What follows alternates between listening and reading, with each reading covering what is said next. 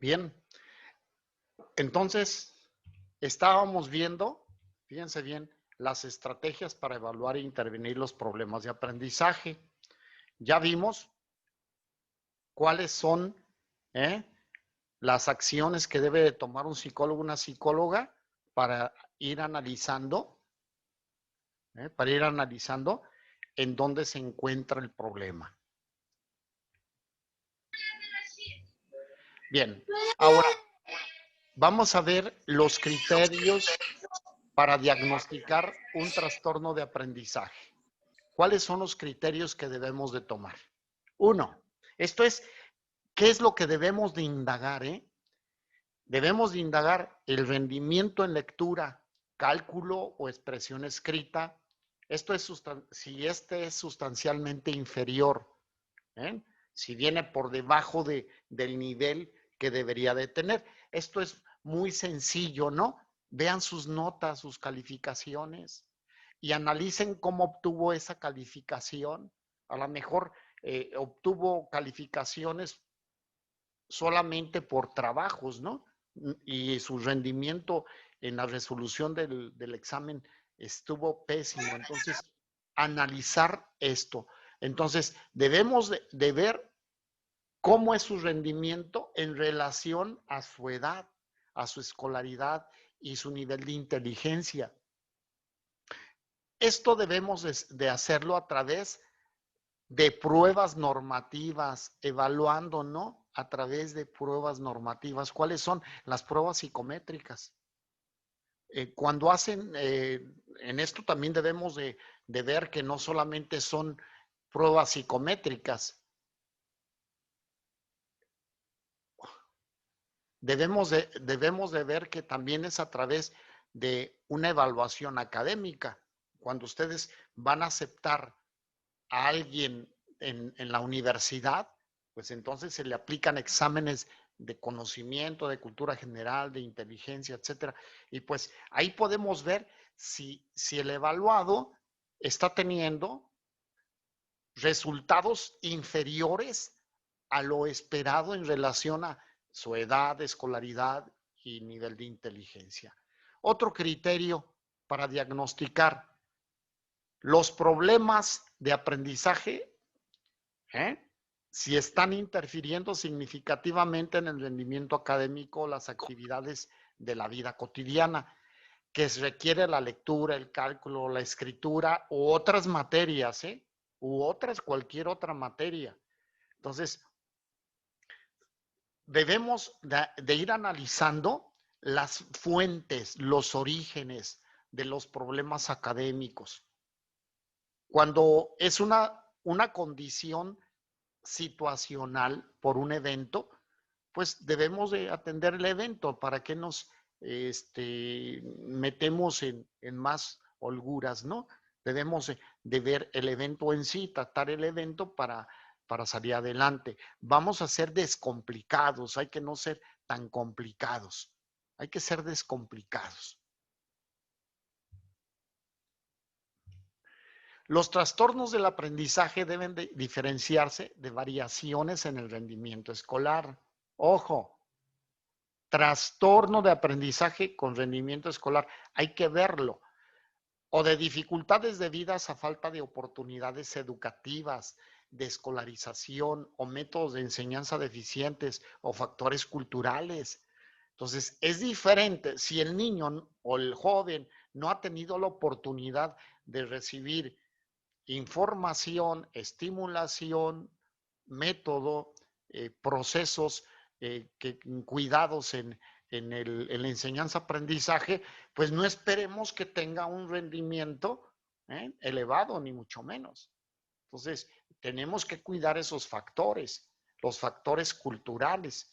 Un ejemplo se los pongo, Este estudio lo hicieron en la Universidad Iberoamericana. Estaban viendo sobre hábitos. Entonces, para no alargarme, uno de los hábitos que estaban revisando si en casa se hacía buen uso de los elementos para comer. Entonces, a ver si sabían utilizar la cuchara, el tenedor, el cuchillo, etcétera. Y entonces una crítica que se le hizo a esta observación fue que en el medio cultural donde estaban llevando a cabo este análisis no era significativo, no era importante, porque ahí sopeaban, tomaban la tortilla y la hacían cucharita y va para la boca. Entonces, ese factor cultural no tenía nada que ver con una deficiencia en sí. No sabían porque no tenían. ¿eh? Van a hacer una investigación, pues tiene que ser dentro de las condiciones que guarda la población. En, hace en dos, tres, en la administración de Vicente Fox, ¿no? Yo les decía que había los grandes intelectuales, los grandes pensadores, donde cómo toman decisiones sin ver el entorno, las condiciones que se guardan. Entonces, habían dos comunidades, San Pedro y San Pablo, comunidades rurales, y entonces la decisión era en dónde ponemos la telesecundaria. Y resulta ser que en la telesecundaria, pues ¿cuál? Si no había ni electricidad. No estaban viendo unas condiciones reales para que pudieran en un momento dado implementar un sistema de educación. Bien, luego hay que también ver si hay presencia de déficit auditivos, visuales, si hay retraso mental, ¿eh? Un daño cerebral profundo o un trastorno a nivel neurobiológico, un síndrome de Down, ¿va? Y el síndrome de Down puede tener un desarrollo muy interesante si se le da la estimulación adecuada y el acompañamiento. Va, en Inglaterra los síndromes de Down que son cuidados y son atendidos y viven de manera independiente y se casan y hacen su vida normal. Pero si se les esconde, ¿no? Si se les guarda en casa, si no se les da oportunidad, entonces, pues lógico que van a presentar un déficit muy, muy grande. Ver también si está algún trastorno dentro de la comunicación, lo que decía, problemas auditivos, ¿no? Se diagnostica trastorno del aprendizaje si el rendimiento académico es significativamente inferior al que se espera según el trastorno presente. Esto es trastorno del aprendizaje, para que lo tomen bien en cuenta. Un trastorno del aprendizaje es cuando la persona no tiene un rendimiento académico significativamente de acuerdo a su edad, a lo que se espera de él, en qué condiciones se encuentra. No es nada más, fíjate bien, yo puedo aplicar una prueba de inteligencia, pero me llega la persona con fiebre, con cefalea, está todo desvelado, no pudo descansar bien. Entonces, Alma, ¿cómo va a ser, o Gaby, cómo va a ser ese rendimiento de esa persona? No, pues no, no va a dar un buen rendimiento, maestro, Entonces porque resulta, sus cinco sentidos no están enfocados o sea, no están, no hay esa concentración. no va a tener el rendimiento y el resultado va a ser deficiente. Y yo no puedo Exacto. diagnosticarlo de esa manera. Si no tiene las condiciones para hacer la prueba, no puedo diagnosticarlo. Entonces tengo que tener cuidado como psicólogo, como psicóloga, de las condiciones en que se encuentra la persona que se va a evaluar, que se va a atender. ¿Sí? Y luego, si el evaluado, ¿no? ¿Eh? Está en una condición ahorita con la pandemia, donde la familia está con eso, ¿no? Y llega con miedo de contagiar al evaluador, a los demás, y pues va a estar con una angustia tremenda que no va a poder ser posible ser evaluado de manera objetiva, ¿no? Nosotros podemos aplicar el protocolo, pero no, de aplicación de la prueba, pero no está en condiciones de. Y esto es muy importante tomar en cuenta. La evaluación a través de instrumentos de diagnóstico específicos, tal como los señalados en el apartado anterior, nos permite determinar los componentes o procesos cognitivos deficitarios en cada una de las habilidades instrumentales básicas, lo que contribuye a diseñar intervenciones a través de procedimientos instruccionales cuya efectividad ha sido empíricamente demostrada. O sea, cuando hacemos este camino de evaluación para un diagnóstico, pues nos va a permitir tener identificados claramente cuáles son las áreas de oportunidad, qué es lo que debemos de atender. Y con ello, diseñar los ejercicios, la intervención, ya sea por nosotros, a través del médico, a través del psiquiatra, etcétera, a dar el acompañamiento de una manera profesional, ¿no? Transversal. A eso llamábamos en el cuatrimestre anterior la transversalidad profesional, ¿no? Voy a trabajar en equipo con quién, con el docente, con el padre de familia, con el médico, con el psiquiatra. O sea, voy a trabajar de esa forma para poder atender mejor la problemática que está presentando. Las evaluaciones psicométricas para diagnosticar los problemas de aprendizaje. Vamos a ver estas herramientas muy importantes para nosotros. El test, para que lo vayan ubicando, luego lo profundizan todo.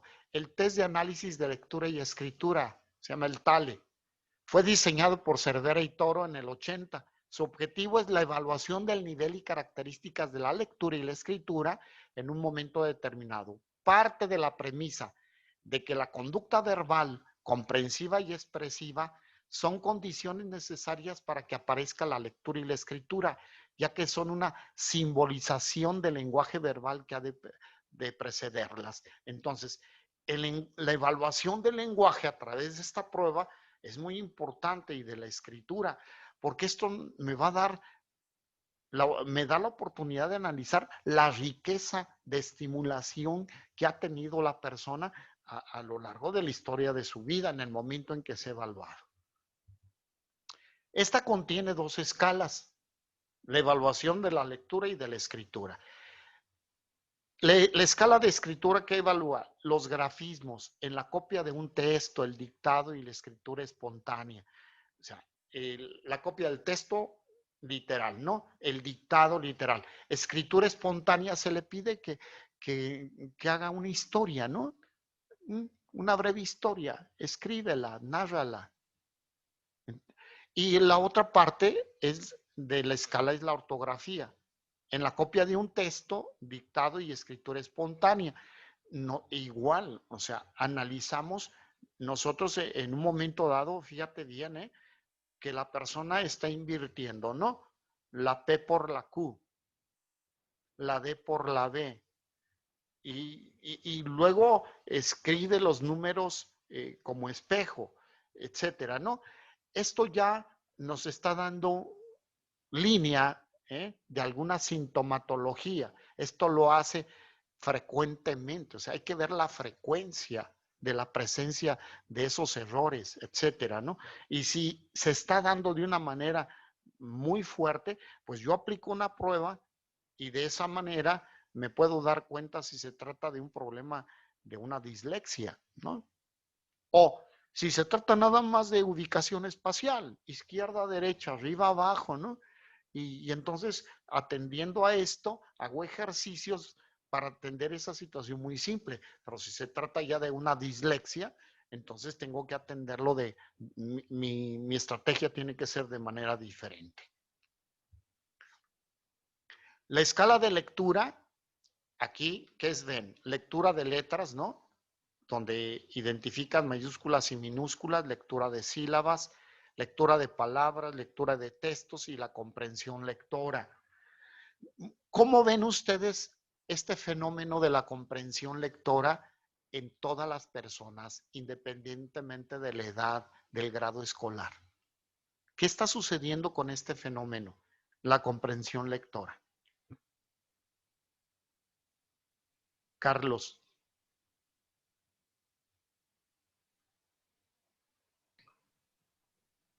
Pues pienso que no tenemos como que desarrollar esa parte de comprensión lectora, y más porque ahorita con estos, bueno, medios digitales, distorsionamos la información a nuestra conveniencia.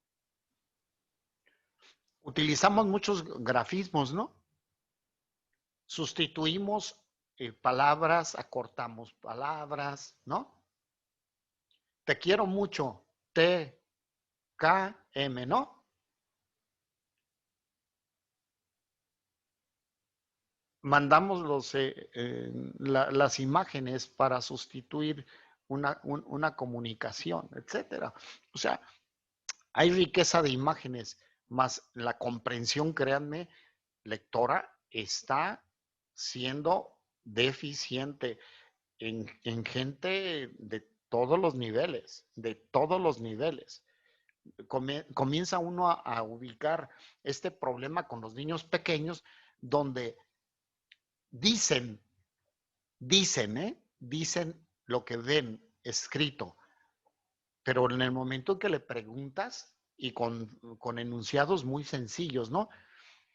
La casa es de mi abuelita y le preguntas, ¿de quién es la casa? Y el niño está, no sabe de verdad, con párrafos muy sencillos le vas preguntando y no sabe identificar los elementos que leyó. Y en el mundo adulto leemos el contrato, pero no las letras chiquitas, ¿no? O leemos el contrato y no lo entendimos. Eso le pasó aquí en León, Guanajuato, a toda una colonia, ¿eh? Donde el contrato que firmaron fue de arrendamiento, no de compraventa. Era una inmobiliaria, casas nuevas, y no leyeron y firmaron. Entonces estuvieron 10 años rentando la casa creyendo que pagaban la casa. Y quisieron meter el juicio contra la inmobiliaria y no pudieron. Y acudieron a diferentes instancias, ¿no? Y dijeron, pues es que ustedes firmaron un contrato. ¿Y por qué? Comprensión lectora. La batería de evaluación de los procesos lectores, el PROLEX R, es una batería diseñada por Cuetos, Rodríguez Ruano y Arribas en el 2007. ¿Qué evalúa? Los procesos implicados en la lectura para determinar cuáles presentan dificultades. Además, esto permite dar orientaciones para la intervención posterior. Está diseñado para niños entre 6 y 12 años de edad. Estas son herramientas de baterías de pruebas, ¿no? Los procesos que evalúa, ¿cuáles son? Identificación de las letras, el reconocimiento del alfabeto, procesos léxicos, reconocimiento y lectura de las palabras, procesos gramaticales, lectura de palabras en oraciones enunciados, asignándoles papeles sintácticos, y procesos semánticos, procesos de extracción del mensaje del texto, ¿no? La semántica se refiere al significado de las palabras, ¿de acuerdo? ¿Sí? Por si hay alguna duda. Entonces, todos estos, la gramática, o sea, la estructura, a la estructura. Entonces, el ordenamiento para la expresión correcta de su mensaje, ¿no? Esto es importante. ¿Qué analiza? Las tareas planteadas para evaluar los diferentes procesos son identificación de letras. Pues ya me fui para acá, para atrás. La batería de evaluación de los procesos de escritura, el PROESC, es una batería diseñada para la detección de las dificultades de la escritura a través de la evaluación de los aspectos que intervienen en la misma. Está diseñada por Cuetos, Ramos, Ruano, los mismos, y esta es aplicable entre los 8 y 15 años de edad. Entonces, procesos de la escritura. Y está dividido en 6 pruebas. Dictado de palabras, ¿no? Dictado de sílabas, pseudo palabras, frases, escritura de un cuento, escritura de una redacción. Entonces vamos y se va analizando la riqueza de la escritura de los niños. Y la escala de Magallanes para la lectura y escritura, el EMBLE, así se le conoce, Fue diseñada por estos gentes, Toro, Cervera y Urio Ruiz, para evaluar la lectoescritura y detectar dificultades en ambas capacidades, aquí en las dos. Busca determinar el nivel de destreza del niño o niña en la lectura en voz alta, lectura comprensiva y habilidades de escritura. Está dirigida a niños desde el segundo de primaria hasta el tercero de secundaria. Evalúa la lectura y la escritura por separado. Entonces, esta batería, esta prueba, está diseñada para evaluar la lectoescritura y para ver cuáles son las dificultades que se puede presentar en personitas desde el segundo hasta el tercero, de primaria hasta el tercero de secundaria. ¿Qué analiza la lectura? En la lectura en voz alta, conversión, grafema, fonema, a través de tareas de lectura de sílabas directas, inversas, mixtas y trabadas. Lectura de palabras cortas de uso frecuente formadas por sílabas directas o inversas y lectura de palabras largas. Fluidez lectora, lectura de frases y de textos. Aquí se utilizan mucho los trabalenguas. ¿Sí saben para qué sirve un trabalengua, Nayeli?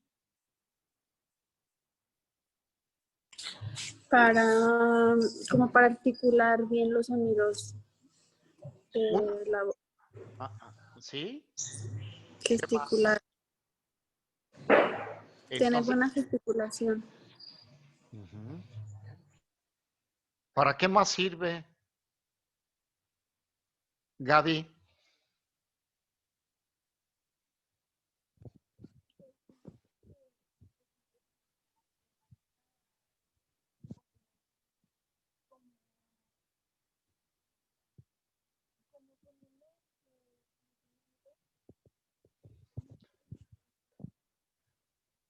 No la tengo en el audio.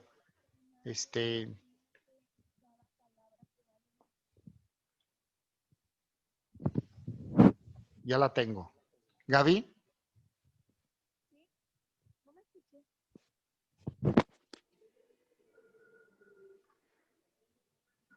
¿No me escucho? ¿Para qué sirve, Gaby? ¿Para qué sirven los trabalenguas?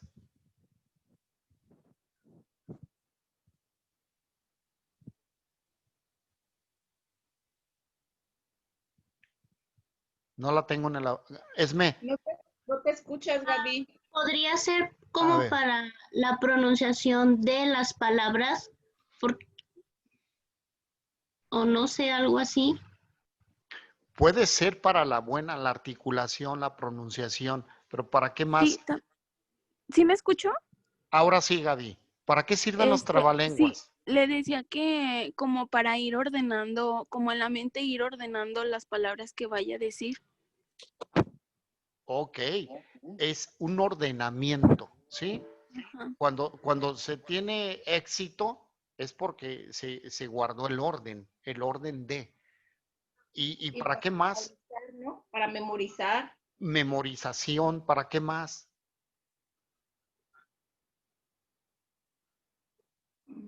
A ver, el trabalenguas se dice de manera muy lenta. No, es rápido. Pedro pica papas. No, es rápido. No, Entonces hablamos rápido. de agilidad, ¿qué? Lingüística. Verbal. Agilidad verbal, agilidad mental. Ajá. Sí, Monse, estamos incluyendo entonces un montonal de habilidades a través de un ejercicio, ¿no? ¿Recuerdan ustedes un ejercicio que les puse en el cuatrimestre que los conocí? Donde ahorita lo vamos a ver hacia adelante, ¿no?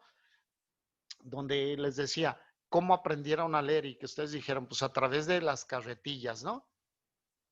Mame, mi, momu, pape, pipo, pu, ¿no? Y les pedí, a ver, dímelas de manera inversa. Y entonces ahí nos trabamos un poquito, porque nos quedamos condicionados en ese orden, ¿no? En esa dinámica. Y nosotros debemos de tener la capacidad de transformar, la capacidad de direccionar nuestro pensamiento, de establecer diversas formas de expresión, ¿no? Entonces, esto es muy importante. También habla de la comprensión lectora y de la escritura como tal, ¿eh? Dictado de palabras, frases o copia de palabras y de frases. El test de memoria y aprendizaje del TOMAL fue diseñado por Reynolds y Bigler para detectar las dificultades de memoria, que suelen ser comórbidos con un gran número de afectaciones como problemas neurológicos. A eso se llama la palabra comórbidos, ¿de acuerdo? Lo mórbido significa cómo puede tener varios orígenes, varias causas. Entonces, un problema de memoria y aprendizaje puede tener orígenes neurológicos, psiquiátricos, trastornos del estado de ánimo, dificultades del aprendizaje, discapacidad intelectual, problemas de atención, otros problemas que puedan conllevar a dificultades de la memoria. Esto está dirigido a una población entre los 4 y los 14 años de edad. Son muy interesantes. Y las áreas que analiza, las principales es memoria verbal, memoria no verbal, memoria compuesta, recuerdo demorado. O sea, la memoria a largo plazo, no a corto plazo, a largo plazo. En esto hay gentes que les preguntas, ¿no? ¿En qué año se descubrió América? ¿Y quién descubrió América? Y algunos te dicen Cortés, ¿no? No te dicen Cristóbal Colón, te dicen Cortés. Dice, ¿y a quién torturaron quemándole los pies para que confesara dónde estaba los tesoros, ¿no? Ahí de los aztecas y dicen a cualquier personaje. Entonces, esto es el recuerdo demorado. La memoria a largo plazo. Y las áreas complementarias que se trabajan son el recuerdo secuencial.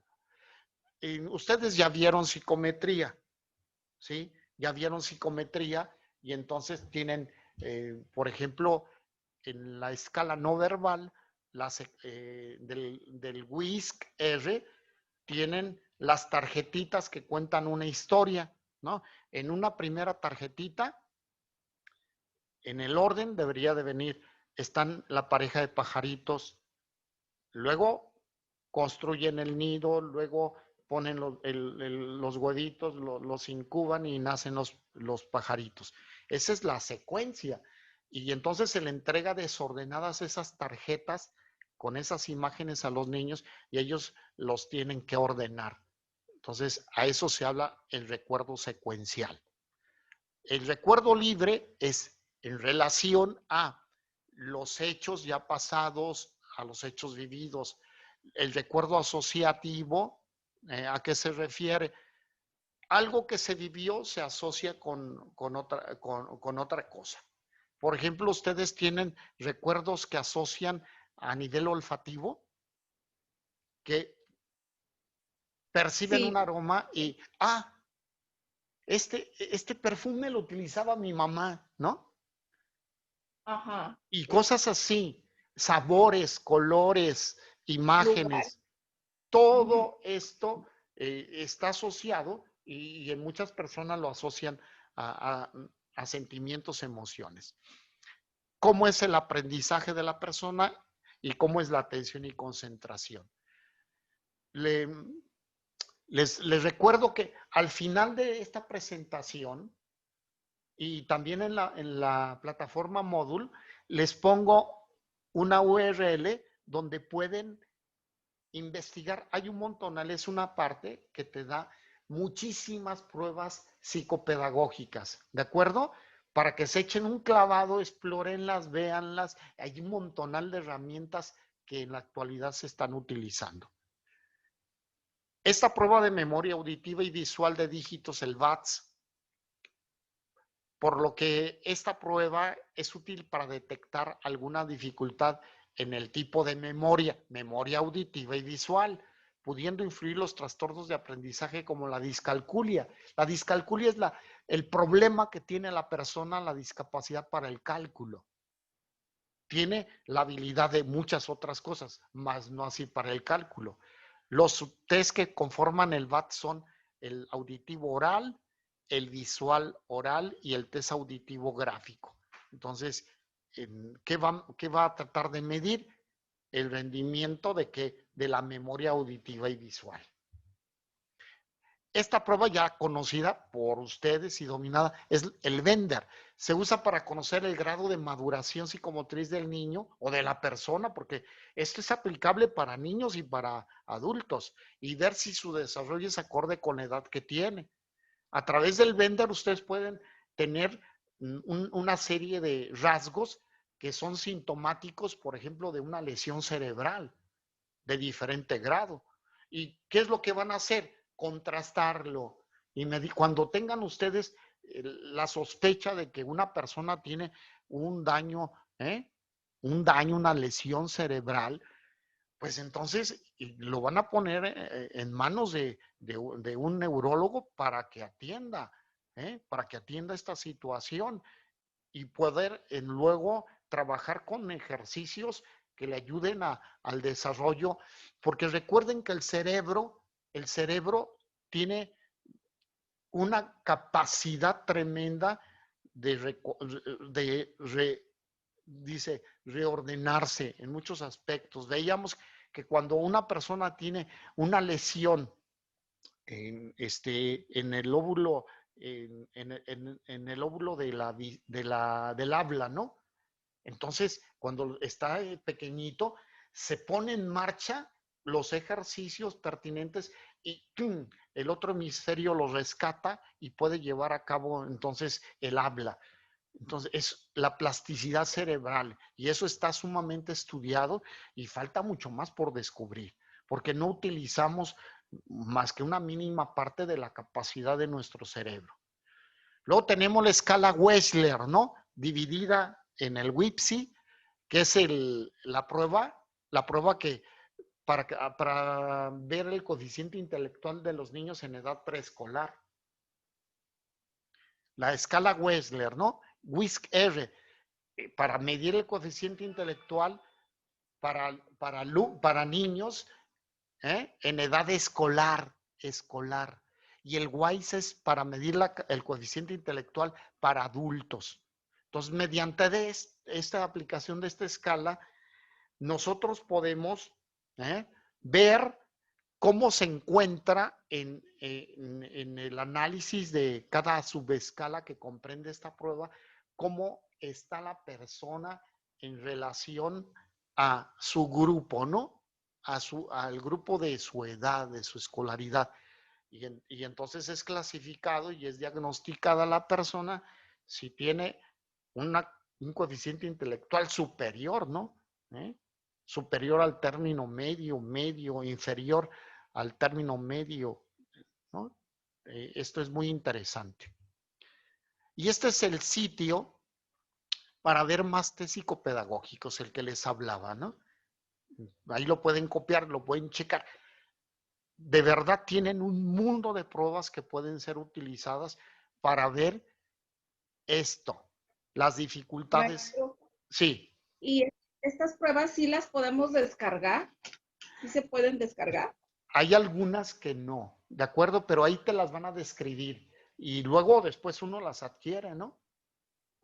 Yo les voy a sugerir algo. No vayan a tomar esto así como que compro. No. Se compra las que sí te van a servir. O haces que la institución compre las que sí van a servir. Por ejemplo, en una escuela, ¿no? Donde tienes nada más preescolar. ¿Para qué vas a comprar el WIPSI, el WISC-R, el WISE? ¿Para qué? No tiene caso, nada más compra el WIPSI, que es para los niños, ¿no? Pero si vas a estar dando tu servicio, ¿no? En un ambiente universitario, pues ¿Para qué quieres todas estas pruebas infantiles? Hay para adultos. Entonces uno indaga y cuáles son las pertinentes para adultos. Si yo voy a hacer un proceso de reclutamiento y selección de personal, es para adultos, entonces, ¿de qué me hago? De mi HTP, ¿no? De las pruebas proyectivas, del Macoder, del Bender, del WISE, del MMP y, ¿no? Del Terman Merrill, del Alpor para ver valores y ya conformo mi batería de pruebas que me son útiles. Hay personas que tienen pruebas tienen pruebas y pruebas, pero ni las utilizan. No les sirve de nada. Y dicen, para cuando las utilice, pues para cuando las utilices ya va a haber otra revisión y van a ser ya inoperantes, ya no van a ser confiables tus pruebas. ¿Sí? Porque las pruebas van cambiando. ¿Sí sabían esto? Inclusive los libros de texto. Tenemos un libro de texto que para la clasificación de los problemas de personalidad, ¿no? Emocionales, es un libro que se llama el DSM, ¿no? Donde hay una descripción de los problemas que se presentan, esquizofrenia, ¿no? Paranoia, disfunciones, problemas de personalidad múltiple, etcétera. Ahí te los describen, que es todas las neurosis, toda la psicosis, las describen, pero hay una evolución.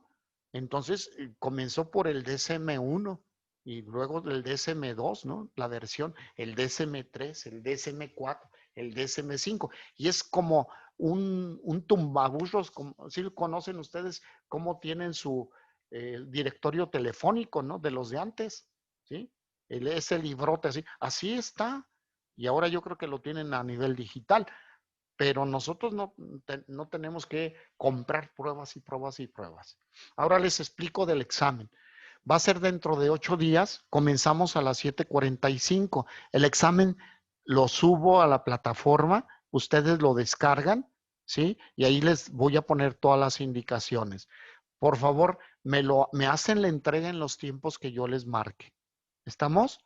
Y mándenme sus tareas, por favor. Mándenmelas. ¿Hay alguna pregunta? Porque nos queda ya menos unos segundos. No, maestro, todo bien. Ok. Bueno, pues suerte y bonito fin de semana. ¿Sale? Igualmente, maestro, bonito fin. Gracias. Gracias. Gracias. Nos vemos.